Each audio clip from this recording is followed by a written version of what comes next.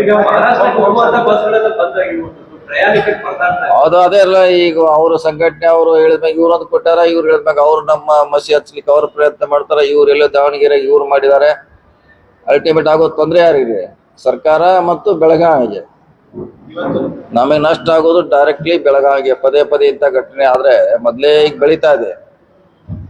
ನಾವೆಲ್ಲರೂ ಕೂಡಿ ಇದಕ್ಕೆ ಪ್ರೋತ್ಸಾಹ ಮಾಡಬೇಕು. ಅದನ್ನ ಬಿಟ್ಟು ನಾವು ಪೊಲೀಸರು ಮಾಡೋ ಕೆಲಸ ನಾವು ಮಾಡ್ಲಿಕ್ಕೆ ಆಗೋಲ್ಲ. ಅವ್ರು ಮಾಡ್ತಿದ್ರೆ ಮಾಡ್ಲಿಕ್ಕೆ ಬಿಡಿ ಅವ್ರಿಗೆ.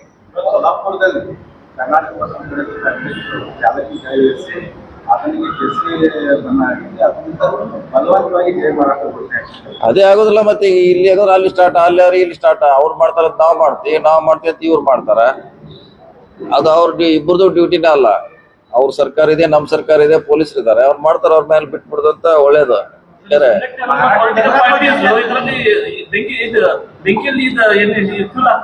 ಇಲ್ಲ, ಪಾರ್ಟಿಕಲಿ ಪಾರ್ಟಿ ಯಾರು ಇನ್ವಾಲ್ವ್ಮೆಂಟ್ ಇಲ್ಲ. ಸ್ವಲ್ಪ ಶಿವಸೇನಾ ಮುಂಚೆಯಿಂದ ಅವ್ರು ಅದನ್ನ ಅದ್ರ ಪರವಾಗಿದ್ದಾರೆ. ಅವರು ಮಹಾರಾಷ್ಟ್ರ ಹೋರಾಟದಲ್ಲಿ ಬೆಳಗಾವಿ ಸೇರ್ಬೇಕು ಅನ್ನೋದು ಮುಂಚೆಯಿಂದ ಅವರು.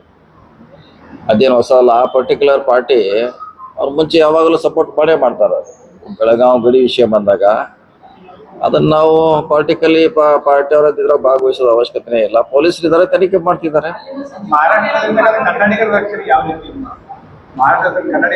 ಈಗ DC ಅವರು ಬೆಳಗಾವಿ ಕೊಲ್ಲಾಪುರ DC ಅವರ ಜೊತೆ ಮೀಟಿಂಗ್ ಮಾಡ್ತಿದ್ದಾರೆ.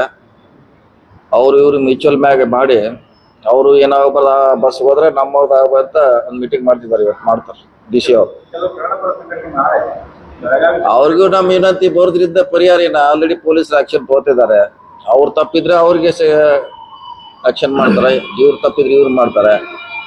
ಯಾವುದೇ ಸಂಘಟನೆ ಬಂದ ಹೊಡ್ತಾ ಬೀಳೋದು ನಮಗೆ ಅದು ಕೂಡ ನೋಡ್ಬೇಕಾಗ್ತದೆ. ಈಗ ಯಾರೇ ಬಂದ್ರು ಕೂಡ ಪೊಲೀಸ್ ಆಕ್ಷನ್ ತೊಗೊಳದಂತೆ ತಗೋತಾರೆ. ನಮ್ಮ ವಿನಂತಿ ಯಾರು ಕೂಡ ಬರಬಾರ್ದು, ನಮ್ಮ ರಿಕ್ವೆಸ್ಟ್. ಕೈ ಬಿಡಂತ ಹೇಳ್ತೀವಿ. ಯಾಕಂದ್ರೆ ಈಗಾಗಲೇ ಪೊಲೀಸರು ತನಿಖೆ ಮಾಡ್ತಿದ್ದಾರೆ. 2 ಕಡೆ ಕೌಂಟರ್ ಕೇಸ್ ಆಗಿದಾವ. ಇನ್ನು ಕೇಸ್ ಆಗದೆ ಇದ್ರೆ ಓಕೆ, ಮಾತು ಬೇರೆ. ಕೇಸ್ ಆಗಿದೆ. ಅದಕ್ಕೆ ನಮ್ಮ ವಿನಂತಿ ಯಾರು ಕೂಡ ಬರಬಾರ್ದು. ಅದು ಪೊಲೀಸರ ಮೇಲೆ ಬಿಡೋದು ಒಳ್ಳೇದು. ಮತ್ತೆ ಬೆಳಗಾವಿ DC ಅವರು ಇತ್ತೀಚೆಗೇನು ಕೇಂದ್ರೀಯ ಭಾಷಾ ಅಲ್ಪಸಂಖ್ಯಾತ ಆಯೋಗದ ಉಪಾಯುಕ್ತರು ಭೇಟಿ ಕೊಟ್ಟಿದ್ರು. ಈ ವೇಳೆ ಮರಾಠಿ ಭಾಷೆಯಲ್ಲಿ ದಾಖಲೆ ಕೊಡುವ ಭರವಸೆ ಕೊಟ್ಟಿದ್ದಾರೆ. ಅದೊಂದು ತೀವ್ರ ವಿವಾದಕ್ಕೆ ಅಲ್ಲ. ಕರೆ ಅದಕ್ಕೆ ಸಜೆಸ್ಟ್ ಮಾಡಿದಾರೆ ಯಾರ ಕೂಡ ಅಂತ ಹೇಳಿದಾರೆ ಯಾರ? ಆ ಸಮಿತಿ ಬಂದವರು ಯಾವುದೇ ಭಾಷೆಯಲ್ಲಿ ಕೊಟ್ಟರೆ ತಗೋಬೇಕಂತ ಕಾನೂನಲ್ಲಿ ಇದೆ, ಇಲ್ಲಂತಿಲ್ಲ. ಅವ್ರು ಹೇಳಿದ ಮ್ಯಾಗ ಮತ್ತು ಯಾವುದೇ ಅದು ಟಾಪ್ ಬಾಡಿ ಅದು. ಭಾಷಾ ಅಲ್ಪಸಂಖ್ಯಾತರ ಆಯೋಗದ ವ್ಯಾಪ್ತಿ ಇಡೀ ದೇಶದ ಬರ್ತದೆ. ಅವರು ಮತ್ತು ಭಾಷಾ ಅಲ್ಪಸಂಖ್ಯಾತರು ಮಹಾರಾಷ್ಟ್ರದಲ್ಲಿ ಕನ್ನಡಿಗರು ಭಾಷಾ ಅಲ್ಪಸಂಖ್ಯಾತರಿದ್ದಾರೆ. ಅಕ್ಕಲ್ಕೋಟೆಯಲ್ಲಿ ಕೊಡುದಿಲ್ಲ, ಜರ್ನಲ್ಲಿ ಕೊಡುದಿಲ್ಲ, ಸಾಂಗ್ಲಿದಲ್ಲಿ ಕೊಡುದಿಲ್ಲ, ಮಿರಜಲ್ಲಿ ಕೊಡುದಿಲ್ಲ. ಅಲ್ಲಿ ಮೊದಲು ಅನುಷ್ಠಾನ ಆಗುತ್ತಿಲ್ಲ ಸರ್. ಅಲ್ಲಿ ಯಾರು ಈ ಕಮಿಟಿ ಹೋದಾಗ ಅಲ್ಲಿ ಅವ್ರು ಹೇಳ್ಬೇಕ್ರಿ. ಇಲ್ಲಿ ಬಂದಿದೆ ಇವ್ರ ಡ್ಯೂಟಿ DC ಅವ್ರದ್ದು. ಮತ್ತು ಒಂದು ಹೈಯೆಸ್ಟ್ ಬಾಡಿ ಆದೇಶ ಮಾಡಿದಾಗ ಪಾಲನೆ ಮಾಡ್ತೇವೆ ಅಂತ ಹೇಳೋದು ಅರ್ಥ ಇಲ್ಲ ಅಂತ ಹೇಳಿಕ್ಕೆ ಆಗೋಲ್ಲ. ಇದು ನೀವು ಮಹಾರಾಷ್ಟ್ರದಾಗ ಹೋದಾಗ ಇವ್ರು ಅಲ್ಲಿ ರಿಕ್ವೆಸ್ಟ್ ಮಾಡಬೇಕು. ಸರ್, ಆ ತೀರ್ಮಾನವನ್ನ ರಾಜ್ಯ ಸರ್ಕಾರ ತೆಗೆದುಕೊಳ್ಬೇಕು ಸರ್. DC ಅವ್ರಿಗೆ ಪವರೇ ಇಲ್ಲ. ಇವ್ರು ಹೆಂಗ್ ಹೇಳ್ತಾರೆ ಸರ್? ಯಾವ್ದ್ರೆ ಇವ್ರಿಗೆ DC ಅವ್ರಿಗೆ ಪವರ್ನೇ ಇಲ್ಲ. ಆ ವಿಚಾರ ರಾಜ್ಯ ಸರ್ಕಾರಕ್ಕೆ ಬರೀಬೇಕು, ರಾಜ್ಯ ಸರ್ಕಾರ ತೀರ್ಮಾನ ಮಾಡ್ಬೇಕು. ಅದು ಈಗ ಇವರೇ ನಾನೇ ಕೊಡ್ತೀನಿ, ನಾನು ಹಾಕೋದು ನನ್ನ ಜವಾಬ್ದಾರಿ ಅಂತ ಹೇಳಿ ಇವರೇ ಹೇಳ್ಬಿಟ್ರೆ ಕನ್ನಡ ಹೇಳಕ್ ಹೋದ್ರೆ ನಾನು DC ನಾನೇನ್ ಗೊತ್ತು ಅಂತ ಅವ್ರಿಗೆ ಹೇಳ್ತಿದ್ದಾರೆ. ಇಲ್ಲ, ನೋಡೋಣ. ಅದು ಇವ್ರಿಗೆ ಅಧಿಕಾರ ಇದೆ, ಅವ್ರಿಗೆ ಚೆಕ್ ಮಾಡೋಣ. ಯಾರಿದ್ರು ಕೂಡ ಈಗ ಒಂದು ಹೈಯೆಸ್ಟ್ ಬಾಡಿ ಬಂದಾಗ ನೀವ್ ಹೇಳ್ದಂಗ ಅವರು ಅದನ್ನ ಬೇಕಾದ್ರೆ ಸರ್ಕಾರಕ್ಕೆ ನಾವು ಒಪಿನಿಯನ್ ತಗೊಂತ ಹೇಳ್ಬೋದು. ಹೇಳೋದು ಭಾಷಾ ಅಲ್ಪಸಂಖ್ಯಾತರಿಗೆ ಬರೇ ಮರಾಠಿಗರು ಅಷ್ಟೇ ಇಲ್ಲ, ನಾನು ಉರ್ದು ಭಾಷಿಕರು ಇದ್ದಾರೆ, ನಾಳೆ ಅವರು ಕೂಡ ಅಂತ ಕೇಳ್ತಾರೆ. ಎಲ್ಲಾ ಭಾಷೆಯಲ್ಲಿ ಬಿಡ್ಲಿಕ್ಕೆ ಸಾಧ್ಯನಾ? ನೋಡೋಣ. ಅದು ಏನಿದೆ ಅವ್ರದ್ದು ವ್ಯಾಪ್ತಿ ಎಷ್ಟಿದೆ, ಡೆಲ್ಲಿಯಲ್ಲಿ ಬಂದವ್ರದ್ದು ಅವ್ರು ಏನ್ ಸಜೆಷನ್ ಮಾಡಿದ್ದಾರೆ ಚೆಕ್ ಮಾಡೋಣ. ಒಂದ್ ವೇಳೆ ಇದ್ರೆ ಸರ್ಕಾರದ ಒಪಿನಿಯನ್ ತಗೊಳ್ಬೇಕಾರೆ. ಸರ್, ಬೆಳಗಾಂ ಇಶ್ಯೂ ಮತ್ತು ರಾಜ್ಯ ಬೇರೆ ಕಡೆ ಇಶ್ಯೂ ಬೇರೆ ಇದೆ. ಬೆಳಗಾಂದಲ್ಲಿ state language policy state language strengthen ಸಲುವಾಗಿ ಇದೇ ಕಾರಣದಲ್ಲಿ ಕೊಡ್ತಾ ಇದ್ದಾರೆ. ಅದಿರುವಾಗ ಇವ್ರು ಗೌರ್ಮೆಂಟ್ ಕಡೆ ಒಪಿನಿಯನ್ ತಗೋತೇನೆ ಅಂತ ಹೇಳ್ಬೋದಾಗಿತ್ತು. ಇವ್ರು ಡೈರೆಕ್ಟ್ಲಿ ಅಶ್ಯೂರೆನ್ಸ್ ಕೊಟ್ಟ ಸಮಸ್ಯೆ ಮಾಡ್ಕೊಂಡಿದ್ದಾರೆ. ಈಗ ಗೌರ್ಮೆಂಟ್ ಒಪಿನಿಯನ್ ತಗೊಳಕ್ ಕೇಳೋಣ. ಏನಂದ್ರೆ ತಗೊಳ್ಳಕ್ ಕೇಳೋಣ. ಇಂಥ ಸಮಸ್ಯೆ ಬಂದಾಗ ಅಂತಿಮವಾಗಿ ಸರ್ಕಾರ ತೀರ್ಮಾನ ಮಾಡಬೇಕು. ಈ ಹಿಂದಿರುವಂತಹ ಯಾವ DCಗಳು ಕನ್ನಡತನಕ್ಕೆ ಧಕ್ಕೆ ಬರುವಂತ ನಿರ್ಧಾರಗಳನ್ನ ಸರ್ಕಾರ ಒಪಿನಿಯನ್ ತಗೊಳಕ್ ಕೇಳೋ, ಸಜೆಸ್ಟ್ ಮಾಡೋದು. ಗಡಿ ಭಾಗದಲ್ಲಿ ಕನ್ನಡ ಶಾಲೆಗಳು ಕನ್ನಡ ಶಿಕ್ಷಕರುಗಳಿಲ್ಲ ಗಡಿ ಭಾಗದಲ್ಲಿ. ಇಲ್ಲ, ಆಲ್ರೆಡಿ ಮುಂಚೆನ ಅದನ್ನ ಮಾಡಿದಾರೆ. ಅಲ್ಲಿ D.Ed ಕನ್ನಡ D.Ed ಇಲ್ಲೇ ಇಲ್ಲ, ಅಲ್ಲಿ ಕ್ಲೋಸ್ ಮಾಡ್ಯಾರ. ಹಿಂಗಾಗಿ ಟೀಚರ್ ಇಲ್ಲ. ಹಿಂಗಾಗಿ ಅದು ಶಾಲೆ ಮುಂಚೆನ ಮುಚ್ಚಿದಾವ ಅಲ್ಲಿ.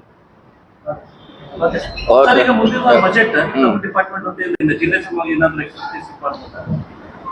ಮಾಡ್ತಾ ಹಲವಾರು ಯೋಜನೆ ಅವರವರು ಶಾಸಕರು ಕೇಳಿದ್ದಾರೆ, ಇಲಾಖೆಯಿಂದ ಕೂಡ ಡಿಮಾಂಡ್ ಇದೆ.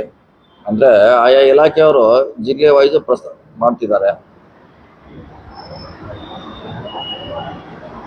ಯಾಕೆ ರಾಜೀವ್ ಯೂನಿವರ್ಸಿಟಿದ ಕೆಲಸ ನಡೆದಿದೆ ಈಗ ಬಾಗೇವಾಡಿ ಹತ್ರ, ಅಲ್ಲಿ ನೀರಿನ ದೊಡ್ಡ ಸಮಸ್ಯೆ ಇದೆ. ಯೂನಿವರ್ಸಿಟಿದವರು ತಿಗಡಿ ಹರಿನಾಳ ಪ್ರಾಜೆಕ್ಟ್ ನೀರು ಬಂದ್ರೆ ನೀರು ಯೂಸ್ ಆಗ್ಬಹುದು ಅಂತಾರೆ, ಅದರಲ್ಲಿ ನೀರಿನ ಸೋರ್ಸೇ ಇಲ್ಲ. ಎಲ್ಲ ನೋಡೋಣ. ಈಗಾಗಲೇ ನಾವು ಮಲಪ್ರಭಾ ನದಿಯಿಂದ ಬೆಳಗಾವಿ ಜಿಲ್ಲೆಗೆ ಬಹಳಷ್ಟು ಕೆರೆ ತುಂಬಿ ಯೋಜನೆ ಮಾಡಿದೀವಿ. ಅಲ್ಲೇ ಪಕ್ಕಕ್ಕೆ ಒಂದು ಕೆರೆ ಇದ್ದಾರೆ, ಅದನ್ನು ತುಂಬ್ತಾ ಇದೀವಿ ನಾವು. ಅದನ್ನ ಯುಟಿಲೈಸ್ ಮಾಡ್ಕೋಬಹುದು. ಇದ್ದಾರೆ ಅವರು ಆಲ್ಮೋಸ್ಟ್ ಮೋಸ್ಟ್ಲಿ ಬಿಟ್ಟಿರ್ಬೇಕು. ಅವರು ನಾಳೆವರೆಗೆ ಏನಾರ ಭದ್ರ ಬರ್ಬೋದು. ಅವರು ಡೆಡ್ ಬಾಡೀಸ್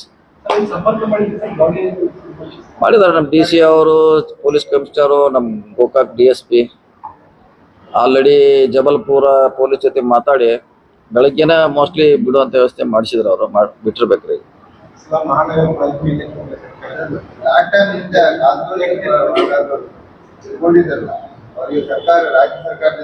ಎಲ್ಲಿದೆ ಅದು ನೋಡ್ಬೇಕಾ, ಸರ್ಕಾರ ಡಿಸಿಷನ್ ತಗೋಬೇಕಾದ್ರು. ಯಾಕಂದ್ರೆ ಇಡೀ ರಾಜ್ಯಕ್ಕೆ ಸಂಬಂಧಪಟ್ಟ ವಿಷಯ ಅದು. ಸರ್ಕಾರ ಡಿಸಿಷನ್ ತಗೋಬೇಕು. ನನಗೆ ಗೊತ್ತಿಲ್ಲ ಅದ್ರ ಬಗ್ಗೆ ಏನ್ ಮಾಡ್ತಾರೆ. ಯಾವ್ದ್ರೆ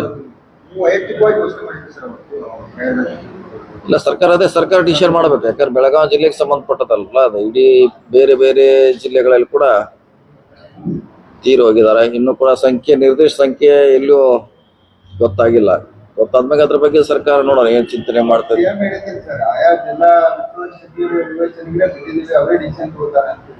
ಎಲ್ಲ ಡಿಸಿಷನ್ ಕೂಡ ಅಂತಿಮವಾಗಿ ಮತ್ತೆ ನಾವು ಸರ್ಕಾರಕ್ಕೆ ಅಪೀಲ್ ಮಾಡ್ಬೇಕು. ಇನ್ನೂ ನಿರ್ದಿಷ್ಟವಾಗಿ ಸಂಖ್ಯೆ ಯಾವ್ದು ಗೊತ್ತಿರಲಿಲ್ಲ ಎಷ್ಟಂತ. ಬೆಳಗಾವಿ ಮಹಾನಗರ ಪಾಲಿಕೆಯಲ್ಲಿ ಇಲ್ಲ ಅವ್ರದೇ ಇರ್ಲಿ, ಇದ್ರೇನ ಒಳ್ಳೇದ. ಅವ್ರದೇ ಇದ್ರೆ ಒಳ್ಳೇದಂತ ಅದಕ್ಕೆ ಬಿಟ್ಟು ಅವ್ರದೇ ಇರ್ಬೇಕದು. ಈಗಾಗಲೇ 4 ಗುಂಪಾಗ್ಯಾವ, ಹಂಗ ಇರ್ಬೇಕದು.